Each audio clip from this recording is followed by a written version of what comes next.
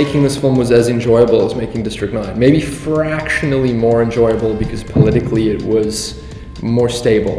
It wasn't scary. Yeah, it wasn't exactly scary. Like basically, I had a very, I had an easy time because there's no. If the performances are just really good, your job as a director is incredibly, limited. You just kind of go to get coffees and stuff and like watch the video assist monitors while Which is really all he did. Yeah. So it was easy. Is my bottom line. Hanging out with Charles again though in a slightly different context was cool. I mean, there were moments that it definitely felt like we were doing parts of District 9 again when it kind of started for us, I suppose. No, every day was really interesting. The level of detail that Neil had gone into was just really great. I mean, the first time I met him, he gave me this whole graphic novel and a whole different book with weapon systems and vehicles, and I mean, it was really. I looked at that stuff and I went home and told my wife, "There's no way I'm going to let this get away. I have to do this." And we planned our whole life around it because of it. So I feel really lucky. Like after I saw D9, I just, Neil immediately went to the top of the list of people that I wanted to work with, and I feel lucky that it came around so quickly to me. I think, the key for me was really playing a villain, to be able to access probably two parts of myself, because it was very different from roles that I played before. And the one was kind of growing up in a very hard environment, in a very dangerous place where I've been involved in violent things happening and seen a lot of violence around me, and being able to be comfortable with the understanding that there is a certain level of violence that exists in the world, and then secondarily to kind of almost see the world in quite a black and white way, in the sense that there are people that talk about things, and then there's people that have to actually go and execute the things that all of those people talk about. And so my key to my character's emotional state is I've got to go do things that are not necessarily pleasant, so that you can all have nice, safe little lives. Basically, that's his thinking. And doing those things that aren't pleasant can also sometimes mess with your head a little bit. But you just enjoy those cappuccinos and lattes, and we do our thing. That's just where I had to come from to sort of be able to play someone who could do the things that he does. Neil, in that graphic novel that he gave me, was a picture of the Max character, and he had a very specific look, and that was just, like every other piece and detail of the whole kind of world that Neil created. Sure, if we look back at the graphic novel, it's going to look a lot like the movie's eventually going to look, except the movie will obviously be rendered in much greater detail.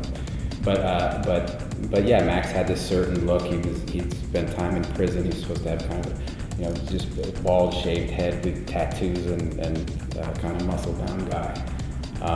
And I'd never really done anything like that, so it seemed like a good fit.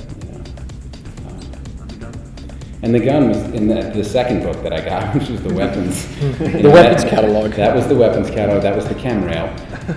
And like every other gun in that, it had a whole, Neil and the guys at Weta Workshop kind of came up with all these things. And they worked, they made sense. All of these guns, they're like, you see these guys, and some of them have like battery packs on, and these really kind of gnarly weapons that obviously don't exist in the world that we live in, but you totally buy them when you see them.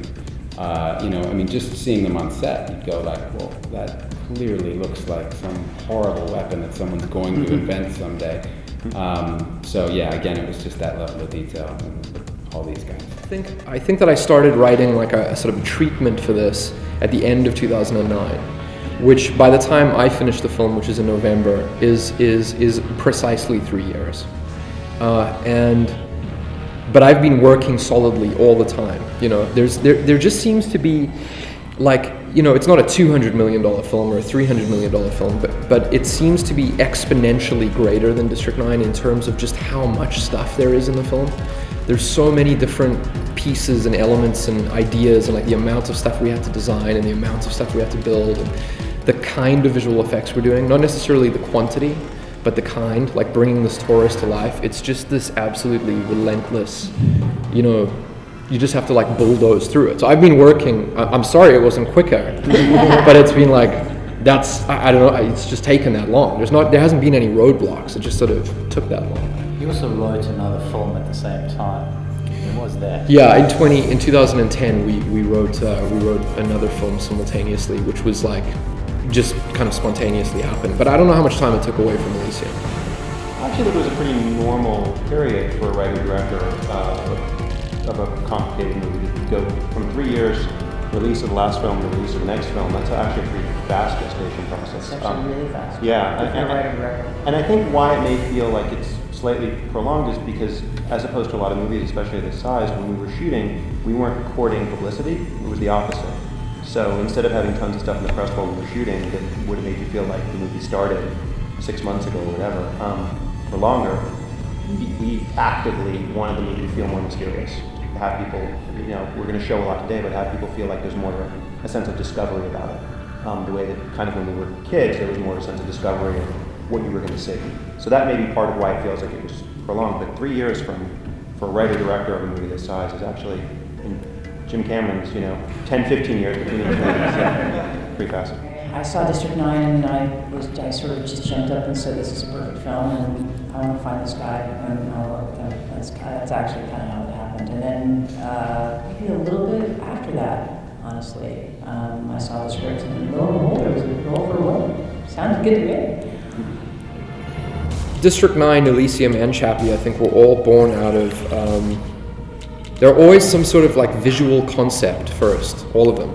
You know, like District 9, it was like wanting to see aliens living in Johannesburg. And Elysium was like the idea of the separation of rich and poor and the images of this kind of space station separate from Earth, and a thematic separation that was visual.